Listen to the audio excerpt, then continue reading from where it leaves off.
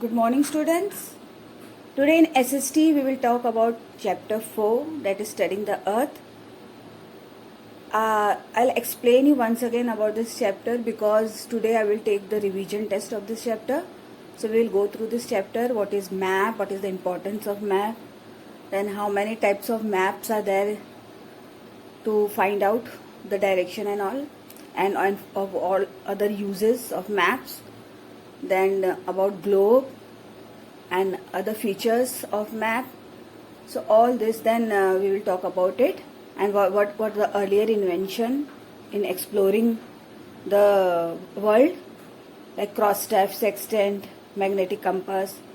So we will go through all this. I'll explain you about it, and also I will give you the questions in the group. Then you will write only the answers in the rough copy and show it to me. You will write only the answers only. Okay, no need to write the questions. You write the answers and show it to me in the group. Then I'll correct it. So let's get started with this chapter once again. Then on Monday we will go through the 5th chapter. Okay. So thank you. So student, this is studying the earth. I had already explained you the chapter, but roughly we will go through once again. Humans have always been curious to find new places and people. So what did they do? They traveled far across the seas and ocean to discover new lands. Many voyagers never returned as they did not have accurate route map, because they had no accurate or correct route map. So they did not return back. They were lost. Later on, more defined route maps were designed that made travel and exploration simpler for everyone. Now maps are used in our daily life too, but we never recognize their importance. When you are going to on a trip to a distant place, your parents look up map for direction. Maybe maps provide various kinds of information. What did they inform you? About direction, about which route you have to go, about the related distance, how much distance is this place from other place. People who make maps are called cartographers. The people who make maps, they are called cartographer, and one of the first famous cartographer was Gerardus Mercator from Germany. A book of map is called an atlas. Now, how many types of maps are there? Physical map. So what are its features? Earth's natural features like mountain, forest, rivers, elevation, reliefs, etc. Then political map, division of countries, state, political boundary, names of cities and capitals. Then resource maps, natural resources found in a region, specific economic activity of different regions. Means what resources are there, how many minerals are found there, or forests are there. Then climatic map, climatic condition in that area and distribution of rainfall. Then topographical map, contour line means in what shape and line the state or country is, shape and elevation of an area. Then transportation map shows road, railway lines and air routes, and also airports and railway junctions. Then special maps, vegetation, drainage, coastlines, roads and bridges, urban areas. All this is in the special maps. Now how to read a map? There are following 5 Ds. Description. So every map has a name, number, scale, legends and symbols. Detail.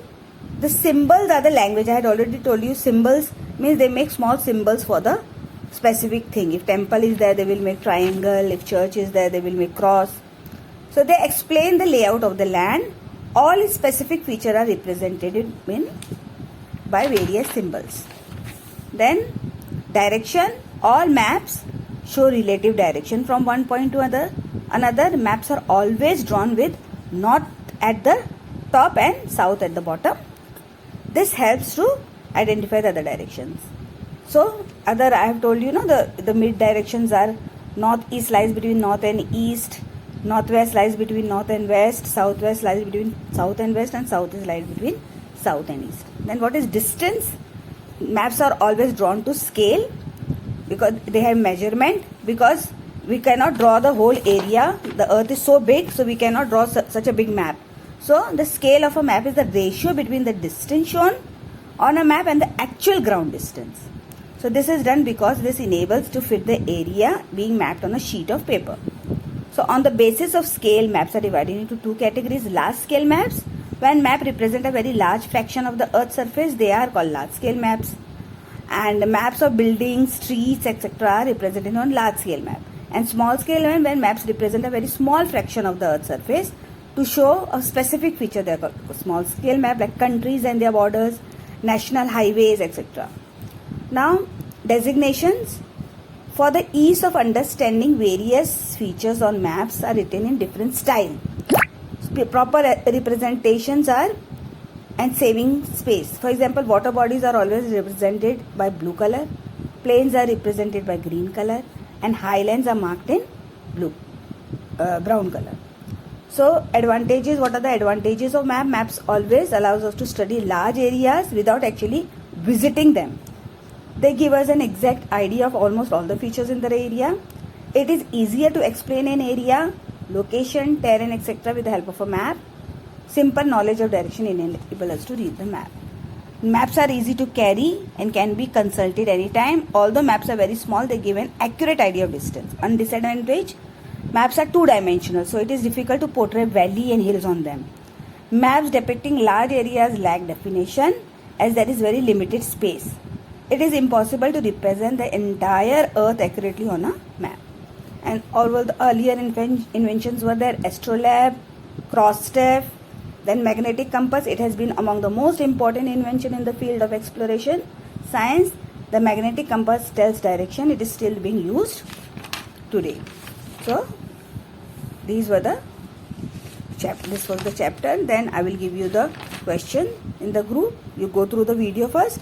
Then, and students, all of you go through the video first, and then you whatever homework or classwork is given to you, then you do that, or revision test is given to you. Okay, so I will give you the question in the group and you will write the answers only in your rough copy and send it to me. And everyone should go through the video first. Some just as soon as the video is given, they say that we have seen the video. So you just see it first and then you go through your homework and classwork. Okay, thank you.